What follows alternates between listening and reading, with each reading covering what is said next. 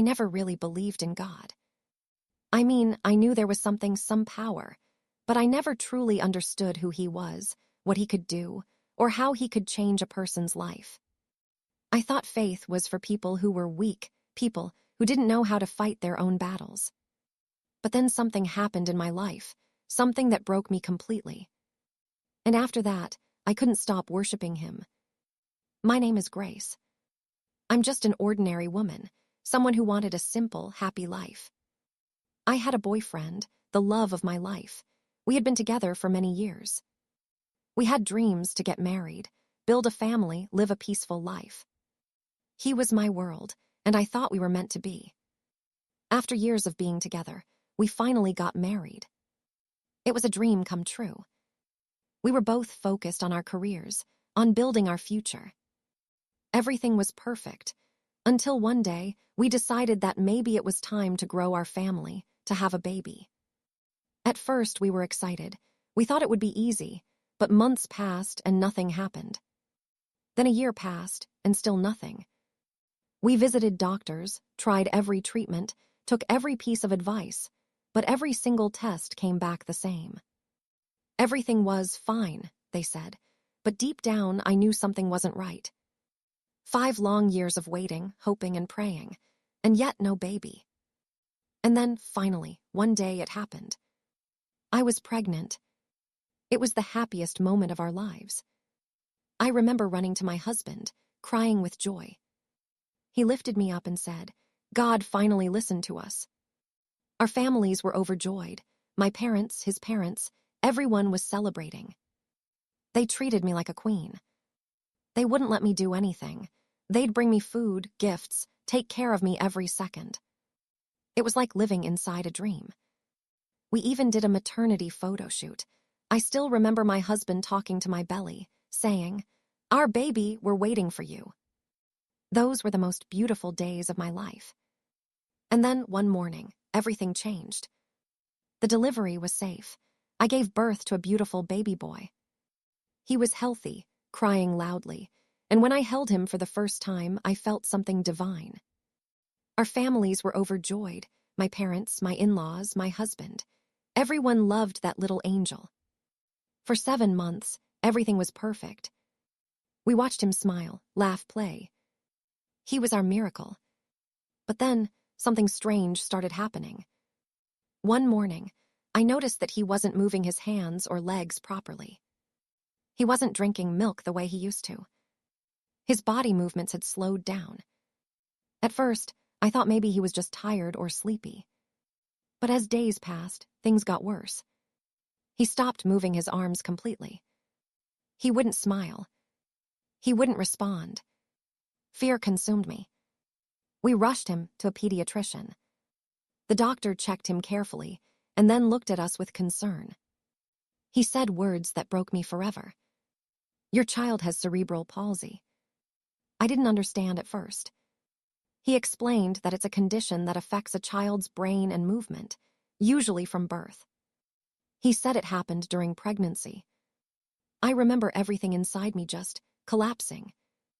I fell to the floor, crying uncontrollably. Why us?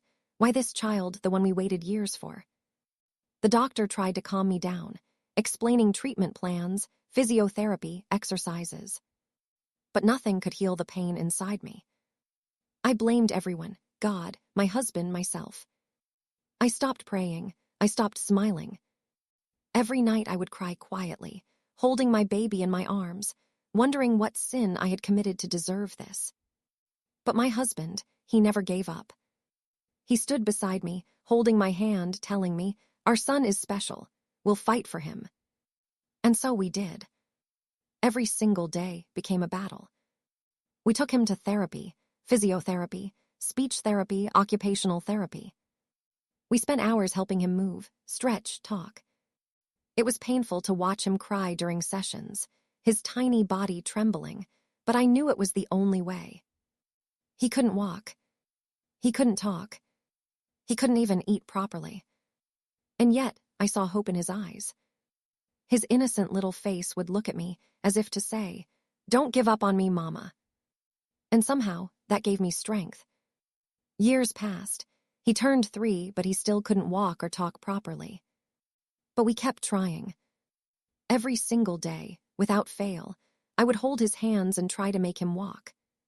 My in-laws supported us at first, but slowly, their love began to fade. They stopped playing with him. They stopped spending time with him. They started blaming me. They said horrible things. "It's your fault. You brought bad luck to this house. If our son had married someone else, this wouldn't have happened." Those words cut deeper than any wound. But I stayed silent. I couldn't fight them. I was already fighting enough battles inside. Still, I kept praying. I started going to church with my husband and my son every Sunday. We prayed for healing, for strength, for a miracle. Our son grew older, 10 years old now. We used to carry him to church on a stretcher.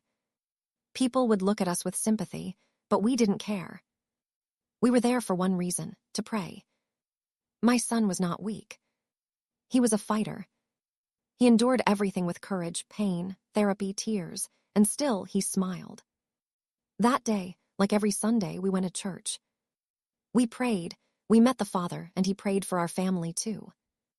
We went home with peaceful hearts. That night, after dinner, I did my son's speech therapy and physiotherapy at home. He was tired. I put him to bed and sat beside him. The next morning started like every other day. I woke up, made breakfast, fed my son, and then sat near him. And then it happened. My mother-in-law began saying cruel things again. "That child is like this because of you. You are cursed. If my son had married someone else, our grandson would be normal." Something inside me broke that day. I was angry, hurt, exhausted. While doing my son's therapy, I raised my voice, frustrated at everything happening around me. He looked at me, tears in his eyes, but still silent. I was too angry to see his pain. For the first time, I didn't hug him. I didn't comfort him. I turned away, crying quietly to myself. And then, I heard something behind me. My father-in-law shouted my name. When I turned around, my son was standing. Yes, standing. The same boy who couldn't move for 10 years was standing on his own 2 feet. I couldn't believe it. I fell to my knees, crying uncontrollably. He took one small step, then another. He was crying too, not out of pain, but out of joy. After 10 long years, my son had walked for the first time. We rushed him to the doctor. The doctor was speechless. He said, "This is a miracle. In rare cases, this kind of recovery happens, but this is beyond science." From that day, everything changed. With therapy, prayer, and faith, he began improving faster. He started talking, walking slowly, eating by himself.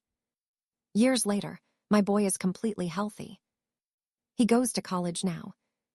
He still walks with a slight limp, but that limp reminds me of God's grace. Because what no medicine, no doctor, and no therapy could do, God did. He turned my tears into faith. He turned my pain into purpose. He turned my child's weakness into a testimony. Today, when I look back, I realize God never punished me. He prepared me. He made me stronger. He taught me patience, love, and faith. I once doubted his existence. Now, I cannot live a single day without thanking him. Because when the world said, "It's impossible," God whispered, "It's already done."